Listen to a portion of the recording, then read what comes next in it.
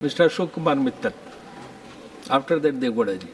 धन्यवाद महोदय कि आज आपने मुझे कृषि और किसान कल्याण मंत्रालय पर हो रही चर्चा में बात करने का अवसर दिया। आज इस सदन के लिए एक बहुत ही सुअवसर है कि जो हमारे माननीय सभापति उपराष्ट्रपति श्री जगदीप धनखड़ जी एक किसान के बेटे हैं। इसके साथ साथ हमारे माननीय कृषि मंत्री शिवराज चौहान जी भी एक किसान के बेटे हैं और अपने प्रदेश में मुख्यमंत्री के तौर पर वो मामा के नाम से मशहूर थे। और मैं आज उम्मीद करूंगा कि वो जो मामा जी मध्य प्रदेश के थे वो किसानों के मामा जी बन के किसानों का ध्यान रखेंगे और उनको आगे ले जाने में मदद करेंगे। सर, एक पुरानी मशहूर कहावत रही है, उत्तम खेती मध्यम बान निश्चित चाकरी भीख निदान।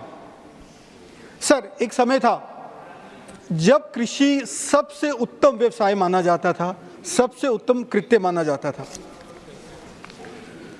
आज हम जिस किसान के बारे में चर्चा कर रहे हैं, जिस हम आत्मनिर्भर भारत की चर्चा करते हैं, हम विकसित भारत की चर्चा करते हैं, सर आत्मनिर्भर भारत आत्मनिर्भर किसान के साथ ही हो सकता है।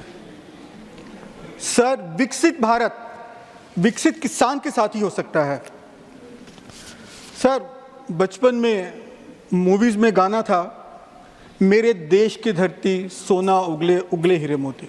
सर, पुरानी मूवीज आप देखेंगे उनमें कितनी ऐसी मूवी थी जिसमें किसान हीरो का रोल अदा करता था और हम लोग समाज के होते हुए अपने आप को उससे जोड़ते थे। पर सर, आज क्या हुआ है?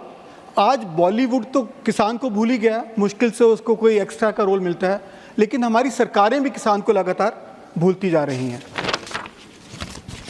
मैं सर उसी किसान की पीड़ा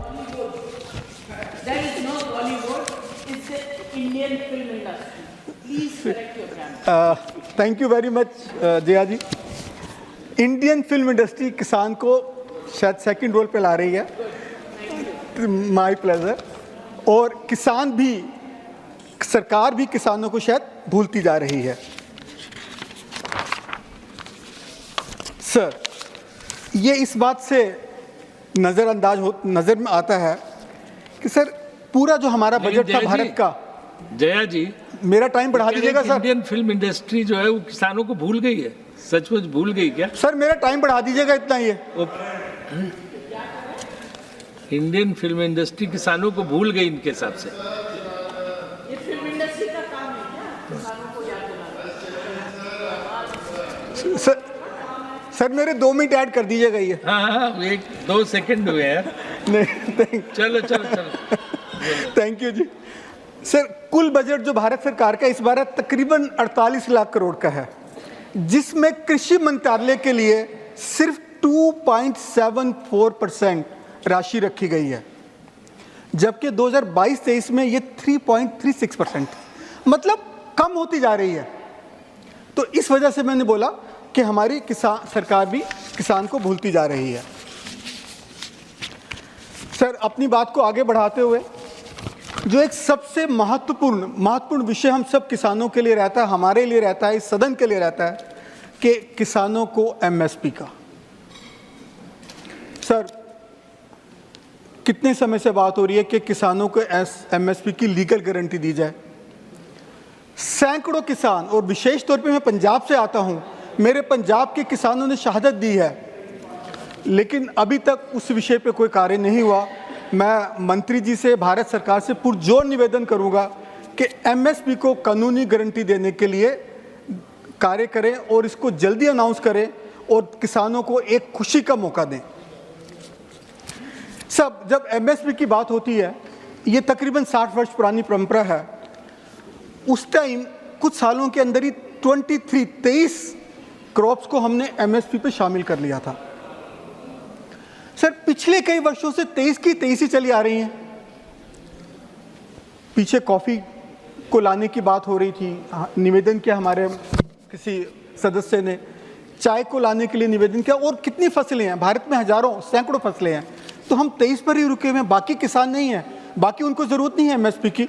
तो मैं चाहूँगा कि इस पर थोड़ा विचार किया जाए। सर, सरकार कहती है हमने 18 लाख करोड़ एमएसपी पे दिया। सर, जिस तरीके से ये प्रोजेक्ट किया जाता है ऐसा लगता है कि उनको ग्रांट दी है। सर, ये तो खरीद मूल्य दिया उनको, उन्होंने सामान बेचा, आपने कीमत दी। तो वो हम उस तरीके से ना प्रोजेक्ट करें कि शायद हमने किसानों को 18 लाख करोड़ की ग्रांट दी है। सर, मैं और आगे बढ़ूंगा कि अभी भी एक तरफ हम कहते हैं हम किसान 54% लोग अभी भी एग्रीकल्चर पर हैं, लेकिन आज भी हमें दाल इंपोर्ट करनी पड़ रही है सर। और इस बार जो इंपोर्ट रही है 7 वर्षों में सबसे ज़्यादा है।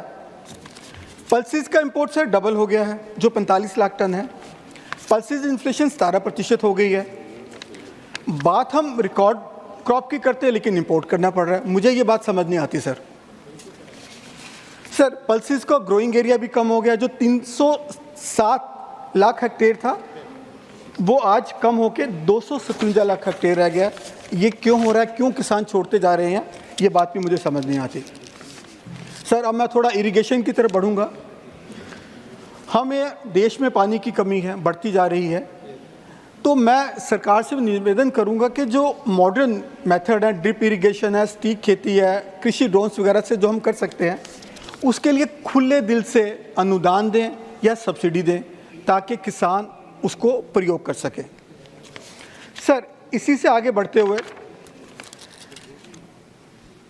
हमारा जो वाटर मैनेजमेंट है, यदि हम बारिश के पानी की बात करें तो 48% बारिश का पानी हमारे यहाँ व्यर्थ चला जाता है। उसको हम बेहतर मैनेज करके कॉस्ट इफेक्टिव वे से कृषि के लिए इस्तेमाल कर सकते हैं और कृषि को बचा सकते हैं। सर, मैं पंजाब से आता हूँ। पंजाब की नदियों का पानी पाकिस्तान में जा रहा है, हम आपस में लड़ते हैं, वहाँ दूसरे देश में अपना पानी भेज रहे हैं। उसको कैसे रोका जाए, इसके बारे में भी मैं भारत सरकार से कहूँगा कि विचार करें। सर, जब नई सरकार बनी थी 2014 में बीजेपी की, तो शायद एक नदियों को इंटरकनेक्ट करने के लिए कमेटी बनी थी। श्री माननीय सुरेश प्रभु जी उसके चेयरमैन थे, लेकिन उसका क्या हुआ, आज तक कोई रिजल्ट आया वो अलग बात है। उस पर काम तो क्या होना था, उसका कुछ रिजल्ट ही नहीं बताया जा रहा है। तो मैं निवेदन करूंगा कि उस पर कार्य करें और भारत में नदियों को इकट्ठा करें, ताकि उनका पानी अच्छे तरीके से नए नहरों के द्वारा कृषि को मिल सके। सर, पिछले कई वर्षों में हम देखें सर, कितनी नहरें बनी हैं। 50 में बन गई, 1950 में बनी, 60 में बनी, 70 में बनी, लेकिन पिछले 10 वर्षों 20 वर्षों में कोई नहर ही नहीं बन रही। और सर, हम कैसे बेहतर वाटर मैनेजमेंट करेंगे, कैसे अपने किसानों को सस्ते तरीके से पानी पहुंचा पाएंगे और नेचुरल तरीके से। सर, अब मैं आऊँगा स्टोरेज फैसिलिटीज़ पर। सर, भारत में तकरीबन 40% कृषि उत्पाद व्यर्थ चला जाता है। क्यों? हमारे पास स्टोरेज फैसिलिटीज़ नहीं है, कोल्ड स्टोरेज नहीं है, फूड प्रोसेसिंग फैसिलिटीज़ नहीं है। हमारे देश में 74 million ton sir, 74 million ton food बर्बाद होता है, जो विश्व का 8% है। सर, नबार्ड की अपनी रिपोर्ट के मुताबिक $18.5 बिलियन की फसल हमारे यहाँ बेच जाती है इन फैसिलिटीज़ के ना होने की वजह से।